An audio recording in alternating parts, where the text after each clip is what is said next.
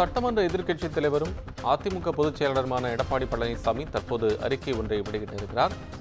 தமிழகத்தில் காவல் நிலையங்களுக்கே பாதுகாப்பு இல்லாத சூழல் நிலவுவதாக அவர் குறிப்பிட்டிருக்கிறார்.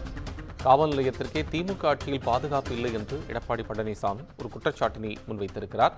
காவல் நிலையத்தையே காக்க முடியாத முதலமைச்சர் மு.க.ஸ்டாலின் தமிழ்நாட்டை எப்படி காக்கப் போகிறார் என்றும் அவர் கேள்வி எழுப்பியிருக்கிறார். தொடர்ச்சியாக திமுக ஆட்சியின் மீது பல்வேறு விமர்சனங்களை முன்வைத்து வரக்கூடிய எதிர்க்கட்சித் தலைவர் தற்போது இந்த கேள்வியினை எழுப்பியிருக்கிறார்.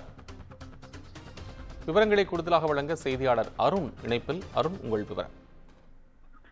கோபாலகிருஷ்ணன், திமுக ஆட்சியில் காவல் நிலையத்திற்கே பாதுகாப்பு இல்லை, காவல் நிலையத்துக்கே பாதுகாப்பை வழங்க முடியாத இந்த பொம்மை முதல்வர் தமிழ்நாடு மக்களை எப்படி காக்கப் போகிறார் என்ற ஒரு கடுமையான வாதத்தை முன்வைத்து தனது ட்விட்டர் பக்கத்தில் வெத்தல பக்கத்தில் முன்னாள் முதல்வரும் அதிமுகவினுடைய பொதுச் செயலாளர் எடப்பாடி பழனிசாமி ஒரு அறிக்கை ஒன்றை வெளியிட்டிருக்கிறார்.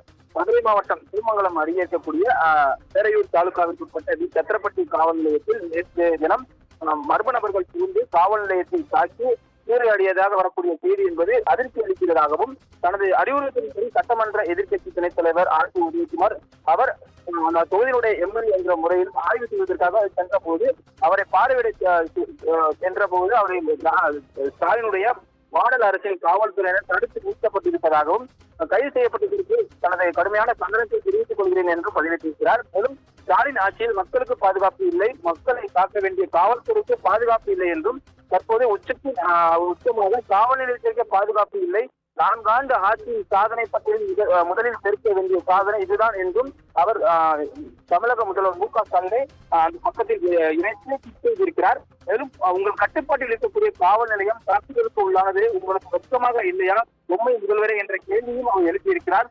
காவல் நிலையத்தை காக்க முடியாத இந்த திமுக ஆட்சி எப்படி மக்களை காக்கும், வாய்ப்பே இல்லை என்றும் அவர் அந்த பதிவிட்டிருக்கிறார். வெறும் சீக்கிரத்தை காவல் நிலைய தாக்குதலில் ஈடுபட்டவர் மீது கடும் சட்ட நடவடிக்கை எடுக்க வேண்டும் என ஸ்டாலின் திராவிட மாடல் அரசு திமுக அரசை வலியுறுத்துகிறேன் என்றும் எப்போதும் நான் சொல்வதை மீண்டும் தமிழ்நாடு மக்களுக்கு ஒருமுறை சொல்லிக் கொள்ள விளைகிறேன். மக்களே, இந்த ஸ்டாலினுடைய மாடல் திமுக ஆட்சி ஒழியும் வரை நமக்கு நாம் தான் பாதுகாப்பு என்று அவர் கடுமையான வார்த்தையோடு பதிவிட்டிருக்கிறார்.